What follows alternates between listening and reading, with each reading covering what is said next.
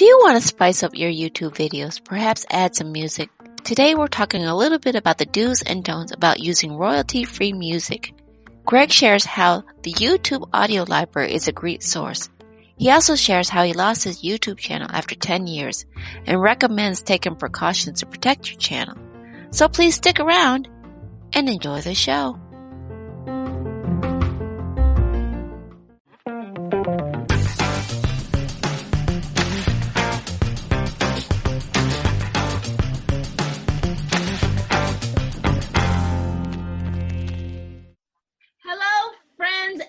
Welcome to another episode of Coffee with Tea. I'm your host, Tonia, and I'm excited because we're going to be checking in with my tech guy, Mr.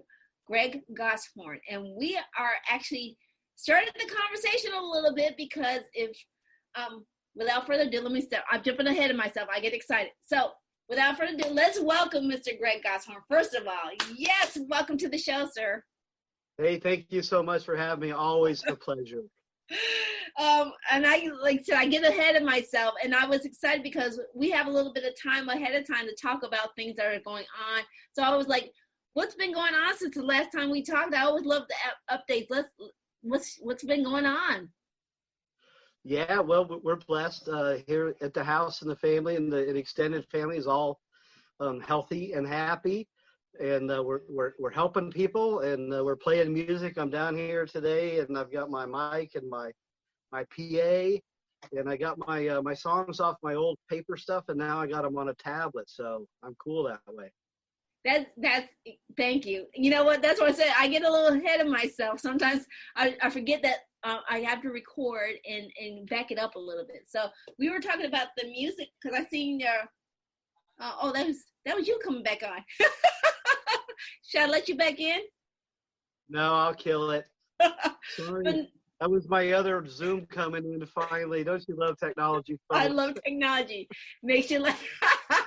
But no, we were diving in because for those, you're my tech person that I love to ask questions on and stuff like that. And I was getting a little ahead of myself because I got excited because I seen the mic in the background. So you were sharing with me that you actually were in a band. So would you like to share a little bit about that? Because I think where we're going to go with this might be something that maybe people could use your services. Absolutely. I now say in these days that I have my job to, finance my fly fishing and guitar habits. And it's not far from the truth because there has to be a work-life balance. And being a computer guy and a technical guy, I just love picking up the instrument. So I've been playing since like 1983. I'm not going to count the years. Mostly I'm a house party campfire, sing-along guy, but I've played in a couple bands, played bass in those, and they let me sing on the songs that I wrote. And the cool little tidbit is if you write your own music, you have royalty-free music. And what I did is I took the couple albums that we did, and I made a version without the vocals, and I use that sound sometimes in the backgrounds of my videos. Right, and that's where I got excited because I'm a video type person, and I love talking to people who are creative like that. So, talking about the music thing, and we talk a little bit about the creative side of the video and stuff like that, and I think. People can find content on video and footage and stuff like that, but why is it so hard to find royalty-free music? And where can we begin to find that search? Sure. The why is because you're gonna get penalized by YouTube and the creators through YouTube and separately images and video and audio. So YouTube has some royalty-free music available right inside its own platform, and there is a number of other sites. And you gotta make sure it's absolutely free, royalty-free for commercial purposes if you're using it in your business. Sometimes there'll be royalty-free music that when you read the fine print, and royalty-free images when you read the fine print, you're supposed to give credit for. So if you don't want to give credit for it, look close so we can, I will share some resources that can go in the resources section for this video when it comes out, but right inside YouTube is a bunch of stuff. Right. But that's like if you're using that as an editing source. So a lot of people who don't use that as an editing source. I believe you can get them, even if it's not your editing source, because wherever you're editing, because you can download those in YouTube and use them in any other editor, right? And you can search them by mood, if it's happy or it's calm, right? Gentle, different genres. But mostly you want to be sure that when it's back on YouTube, which is where most of the videos would, could, should end up, there and other places, that it's royalty free. So you can download it off the platform in an editor, and then you're good to go when you put it back up, because you really don't want to get any of these strikes against you. They can demonetize your videos. They can disable them. In a worst case scenario, it could cost you a channel. Right. And like I said, I think, like I said, I know there's a lot of sources for the, we talk about royalty on it for like images and stuff like that. So there's always, I know there's a ton of sources out there, but when it came to like asking people like, where can you find royalty free music? I hear crickets. So it's like, it's a way shorter list, and I have some for you. All right. And it's smart to pay attention to. And believe me, I got hit by the Google, not the Google slap, the YouTube slap, if you will, where they just terminated a 10-year-old channel of mine. Wow. And it's problematic. And this is, since we're talking about video, you play by their rules, and sometimes they don't give you a lot of clarity. I appealed it, and I just heard, you violated our standards. I mean, they'll tell you which video. So if you start seeing these strikes, copyright strikes, music strikes, pay fast attention, because you don't want things to go away. Another pro tip while we're talking about it is make sure you have downloaded and saved off of YouTube every video. I had some that I didn't have off of video in that long span, and I don't have those anymore. Right. And I came across the whole concept of you can download the videos and they make it into a nice MP4 format for you. So yeah, I that's a great pro tip. Thank you for sharing that. But for those who are like looking, how practical, or I guess considering that maybe talk to other musicians and collaborate on some projects, maybe? Is that a feasible idea, or? Sure. I mean, collaboration is always pretty great, right? And that might be a source for it. I mean, I have buddies that were in the music business, and they were uploading some of their music to some of these sites where they would get paid a small fee, right? So some of them, they were hoping to get picked up by like a real movie, right? Or something to make big bucks. I know one band in Arizona, they wrote the song to King of the Hill, the cartoon, and they made $200,000 or something for that thing. Right. And they get paid like money, like every time it airs. It's a syndication all over the place. And some of these guys are all on the model, like for images, like 1, 2, 3 RF, or some places like that. You can pay a small fee, in these music sites too, where, sometimes it's worth paying $5, $10, something. That way you actually bought the rights, and if it's ever disputed or something, you can prove that you own the rights, right? Mm-hmm. And so some of my guys were doing that, and they would sell rights to use some of their songs for some small fee, right? $5, $10, $20. Right. I like I said, I love that, because like I said, it's something that, anybody who's into the YouTube and wanted to really like sustain a long YouTube career, or I should just say creative, should be like considering about the royalty free aspect and all the copyrights that come with it, right? Yeah, the music is watched heavily, you know. They're going to transcribe all of this stuff. They're listening for the music. They'll do an automatic transcription, you know, to words for you. And the images are scanned. The images are scanned by Google.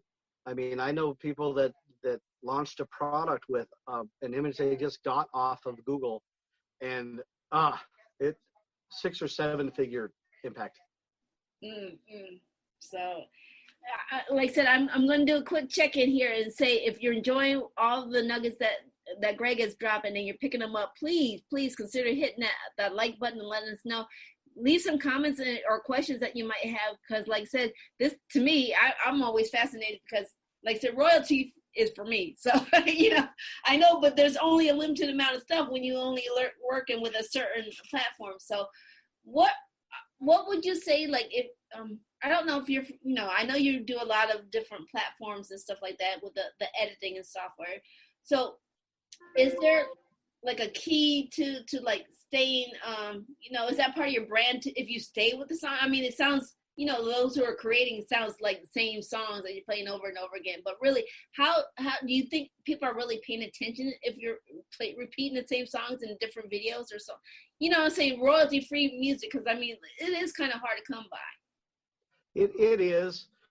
So yeah, to speak to the bigger picture is, you know, the branding is super important. You know, the visuals, the thumbnails, the channel header, the intro outro music, right?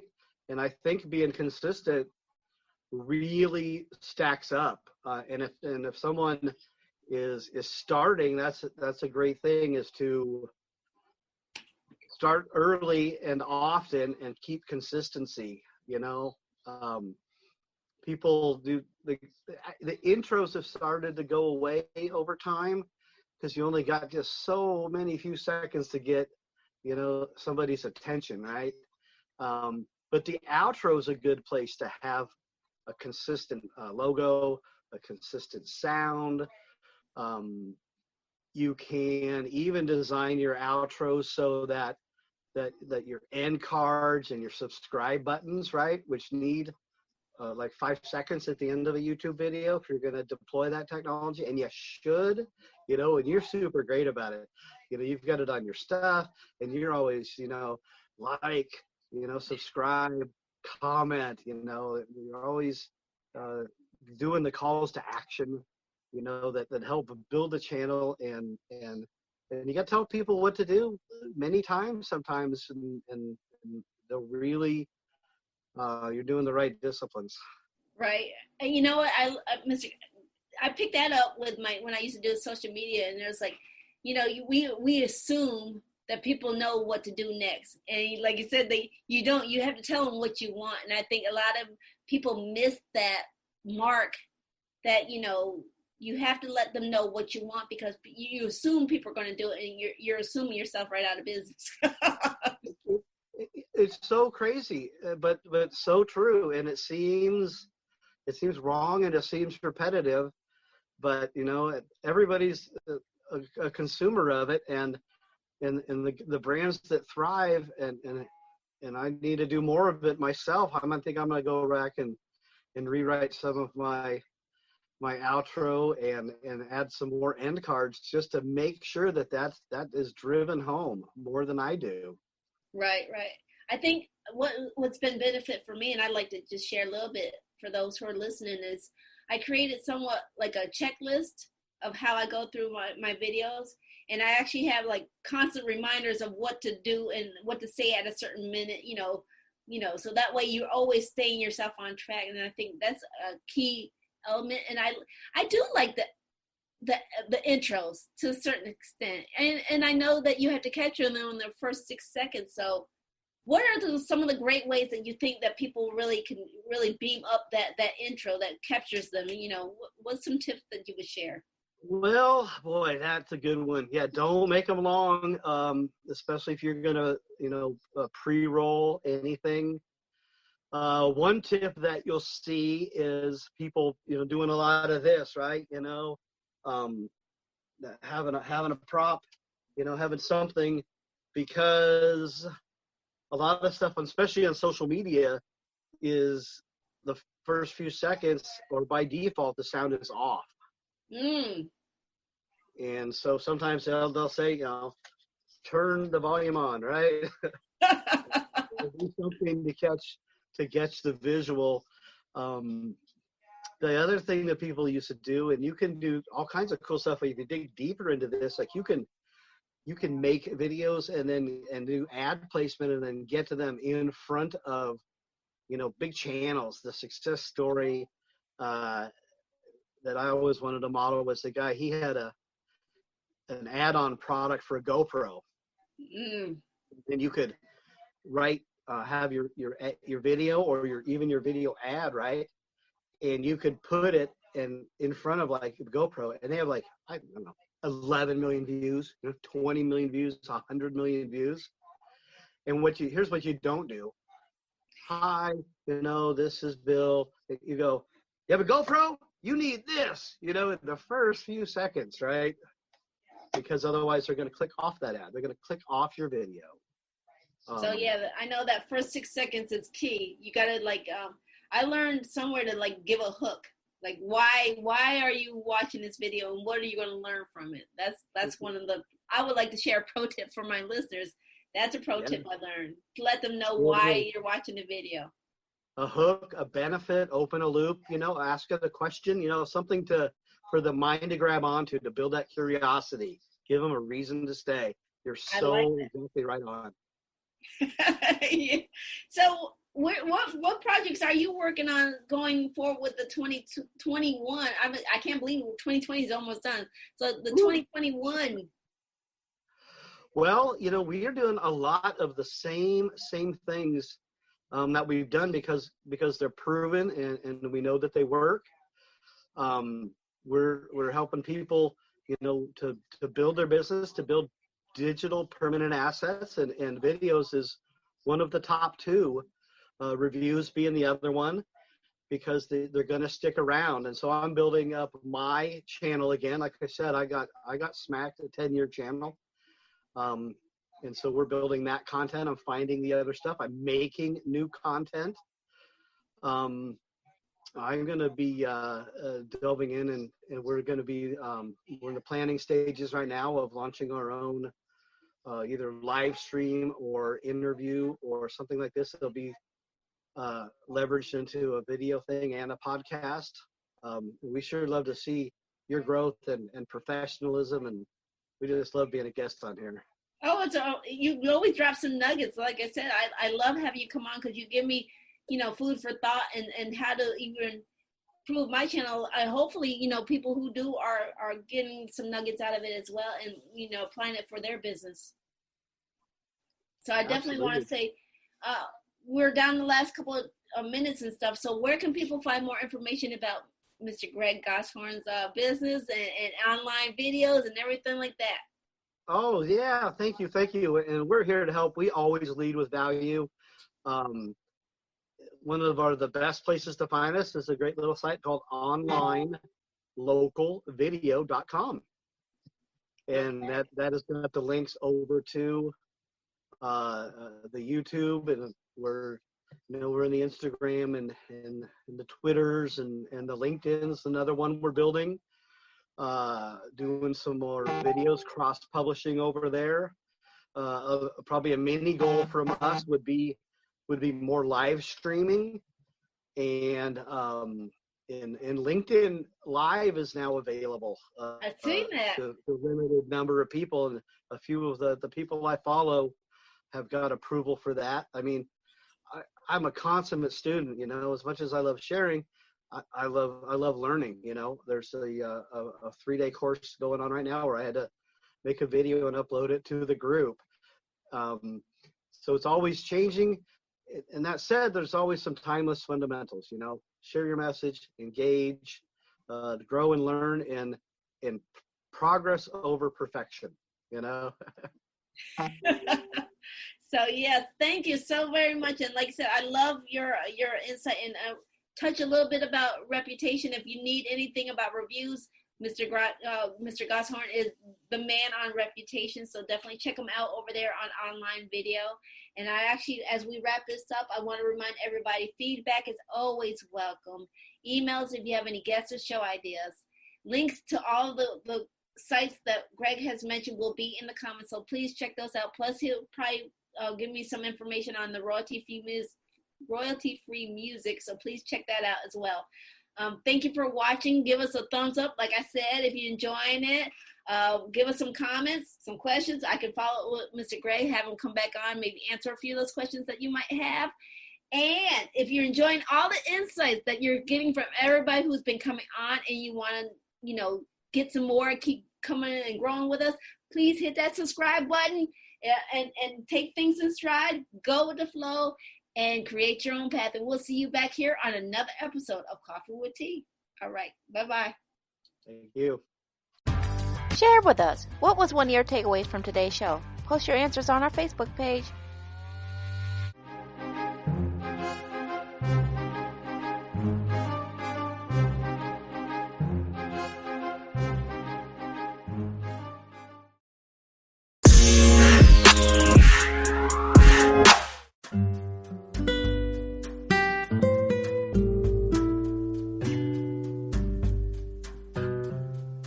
Hi everyone, this is Tonia again, popping in to say thank you for listening to today's show. Coffee with Tea interviews are always free, and if you're enjoying the wisdom and insights that are being shared, please stay and grow with us and show your financial support. You can buy us coffee or become a monthly supporter. Links are posted in the description box. And again, I wanted to personally say thank you for tuning in.